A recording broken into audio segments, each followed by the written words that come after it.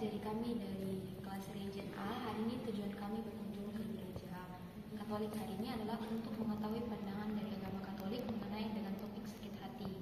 Di sini saya Nadia, Saya Devi, saya Iren. dan bersama kami ada Pastor Agustinus KLP di Paroki Yesus Raya Andalas sebagai pastor paroki. Baik, kita mulai langsung saja, Pastor. Pertanyaan pertama itu, bagaimana agama Katolik memandang perasaan sakit hati? Apakah itu wajar, dosa, atau termasuk ujian spiritual? Gereja Katolik memandang sakit hati sebagai sesuatu yang terjadi secara alami yang dirasakan oleh manusia. Karena sakit hati itu bisa diakibatkan oleh orang lain, bisa juga diakibatkan oleh kita sendiri. Nah, kalau diakibatkan oleh kita sendiri, maka sebenarnya itu adalah sebuah dosa yang membuat kita sakit hati. Karena sakit hati itu membuat ketidakberdayaan di dalam diri kita, membuat ketertutupan bagi diri kita, juga pada orang lain dan mungkin juga kepada Tuhan, ya. Sehingga itu menjadi dosa. Karena akibat dosa itu adalah sakit hati di dalam diri kita. Kenapa? Karena ada sesuatu yang mengganjal di dalam hati kita, ya. Jadi dari satu pihak itu adalah dosa, dari lain pihak adalah sesuatu yang juga oleh manusia dan wajar saja kalau hal itu terjadi. Kenapa? Karena kita ini adalah manusia yang masih memiliki keterbatasan, ya. Sehingga sakit hati itu adalah dari satu pihak juga adalah menjadi bagian dari hidup manusia, ya. Tergantung bagaimana kita merasakan dan mengalaminya, dan sekaligus nanti akan mengolah sakit hati itu. Mungkin itu secara singkat seperti itu. Selanjutnya itu, apakah memendam sakit hati termaksud hal yang dilarang atau dianjurkan untuk diatasi dalam ajaran Katolik? Ya, sakit hati itu sesuatu yang sebenarnya kalau boleh jangan menyimpan sakit hati. Karena dengan menyimpan sakit hati itu akan membuat penyakit di dalam diri kita, ya, menumbuhkan rasa benci dan rasa dendam dalam kehidupan. Makanya itu harus diupayakan supaya sakit hati itu menjadi suatu tanda kebahagiaan, atau harus diolah dalam diri kita menjadi suatu kebahagiaan, ya, dalam kehidupan kita. Jadi tadi katakan apakah sakit hati itu harus dibuang? Sebaiknya dibuang. Sakit hati itu, rasa sakit itu, yang namanya sakit harus dibuang. Jangan dipelihara yang namanya sakit, ya, tapi harus dibuang dari dalam diri kita. Entah itu mengganggu pikiran dan hati kita atau seluruh tubuh kita, ya, sama dengan tumor. Kalau tumor itu kan sesuatu yang melekat pada tubuh kita yang tidak semestinya ada di situ, ya. Nah, sakit hati itu membuat hati kita menjadi sakit, jadi harus dibuang. Ya, saya kira begitu. Terus, bagaimana agama Katolik mengajarkan proses penyembuhan dari sakit hati, luka batin, atau pengkhianatan? Untuk menyembuhkan hal itu, maka tentu berbagai cara. Kalau sakit hatinya itu disebabkan atau diakibatkan oleh sesuatu yang sangat dalam dan itu menyangkut seluruh proses perkembangan psikologisnya atau kepribadiannya, maka itu harus sungguh sampai pada akar. Maka dibutuhkanlah psikolog untuk itu secara yang mendalam, atau psikolog psikiater yang harus menangani kita. Nah, dalam proses iman, seringkali sakit hati itu bisa diungkapkan dalam proses pengakuan dalam penerimaan sakramen tobat, di mana seseorang datang di hadapan Allah untuk mengungkapkan dan membuka hatinya lewat kehadiran seorang imam. Dan seorang imam itu mendengarkan pengakuan.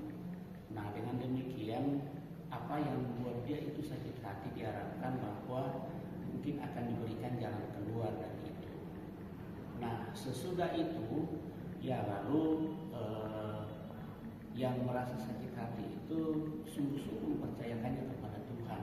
Nah, itulah yang seringkali ditangani oleh imam dalam gereja untuk memberikan suatu katakanlah pengampunan kalau itu menjadi sesuatu yang harus diakukan ya di dalam kehidupannya untuk tidak akan mengulang lagi perbuatan itu, karena ya seringkali kan dari diri kita yang membuat hati kita itu menjadi sakit hati sebenarnya ya.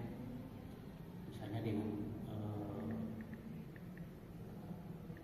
mengata-ngatai orang atau mungkin melakukan sesuatu yang membuat orang lain tersiksa dan seterusnya seluruh kehidupan, yang membuat hati kita itu menjadi sakit hati sebenarnya ya.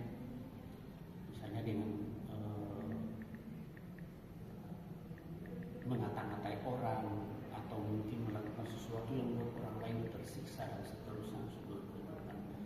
Nah, dalam hal itu ya dibutuhkan suatu pengakuan di hadapan Tuhan dan bersedia untuk tidak melakukan lagi ya dalam proses kehidupannya ya. Tapi ya yang dalam gereja Katolik itu pengakuan secara pribadi itu tidak bisa diketahui oleh orang lain, hanya dia sendiri bersama dengan Tuhan.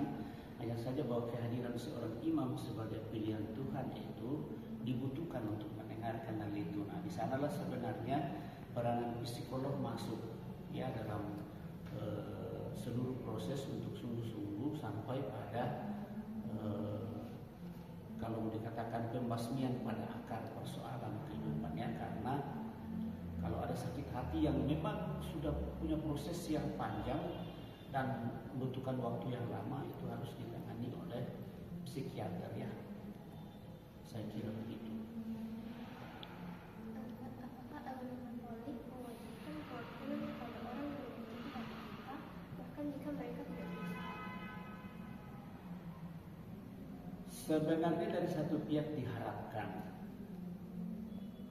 dan pengampunan itu hanya bisa terjadi pada diri kita kalau kita sendiri mengampuni orang lain. Seperti dalam doa Bapa Kami, ampunilah kami seperti ampunilah saya seperti ya kami pun mengampuni orang lain yang bersalah kepada kami.